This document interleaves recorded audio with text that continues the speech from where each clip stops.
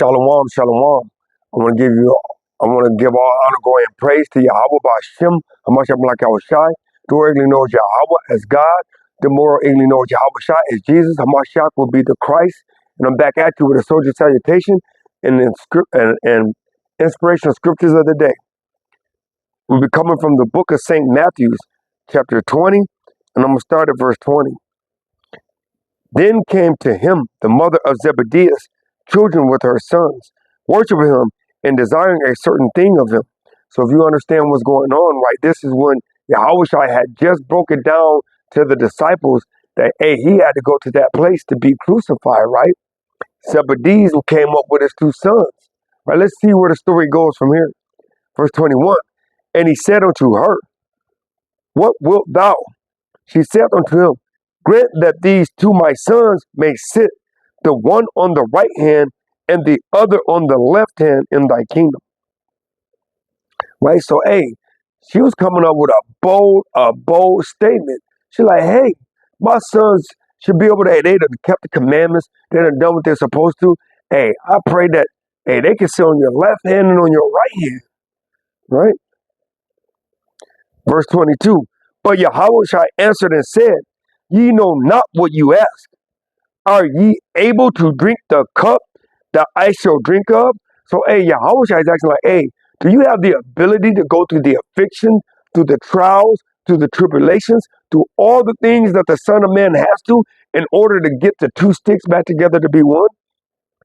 It says, and to be baptized with the same baptism that I am baptized with. And you got to go through that fire, Yasharala. Right? Let's see what he says. They said unto him, we are able. That's kind of the same fire that we had when we first came into this thing, right? Let's see what he said.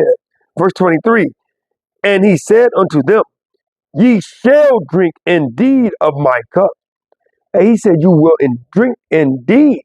Not that he was just asking, because before he was only asking a mere question. But then he followed up the question with indeed. Let's get the meaning of indeed, right? Indeed. Indeed. Indeed, in fact, in truth. Indeed originates from the phrase indeedy, meaning in fact, in truth. When you use the word indeed, you are underscoring that something is true. The word is also used when you want to introduce a point that's even truer than the last one you made. So, hey, this point is truer than the last one you made. Because first he asked them, could they? Did they have the ability to? Did they have the world thought to? Now he's making a point. He says, and he said unto them, ye shall drink indeed of my cup, and be baptized with the baptism that I am baptized with. But to sit on my right hand and on my left is not mine to give, but it shall be given to them for whom it is prepared of my Father.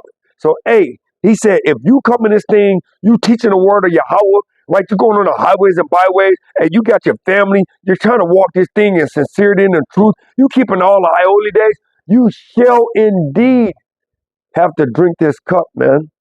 By Shema Mashak Yahushai. Got a precept. It's the book of St. Luke, chapter 22 and verse 39.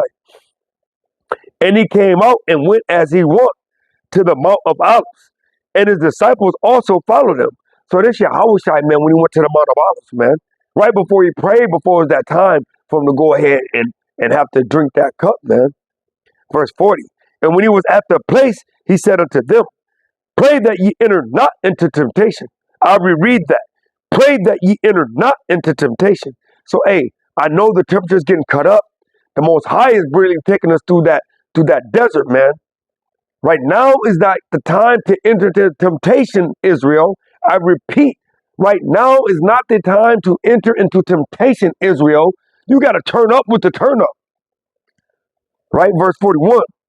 And he was withdrawn from them about a stone's cast, and kneeled down and praying, saying, Father, if thou be willing, remove this cup from me. So even Yahushua, right, our big brother, the one that never sinned, even he asks.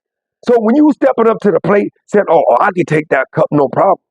Watch what Yahushua said, saying, Father, if thou be willing, remove this cup from me. So, hey, when you're going through a thing, you got scoffers coming up, wife is acting out, kids is acting up, you got brothers that's coming at you any kind of way. Remember, it's not them, it's the spirits attacking you because you're drinking that cup of Yahweh Shai. It says, from me, nevertheless, not my will be done, but thine be done. And there appeared an angel unto him from heaven, strengthening him. So, hey, we got to go and strengthen our brothers, man. Verse 44. And being in an agony, he prayed more earnestly. So that's when you got to turn up your prayer life. That's when you got to turn up your fast life. That's when you got to turn up your sincerity in this thing. More lessons, right? Going out and doing more street teachings, man. Right? He says, and his sweat was as it were great drops of blood falling down to the ground. And when he rose up from prayer and was come to his disciples, he found them sleeping for sorrow. So, hey, that's what it's going to be in the last day. You're going to have that sorrow for your brother, going through all different ways of temptation. But that's when we got to carry the infirmities of the weak, man. So we're giving all honor, glory, and praise to Yahweh by Hashem. How much I'm like Yahweh Shai. I hope the inspiration of scriptures touch your spirit and move you in a way that you get on fire and that you continue in this walk and you be obedient to the Most High, man. With that being said, hey, shalom.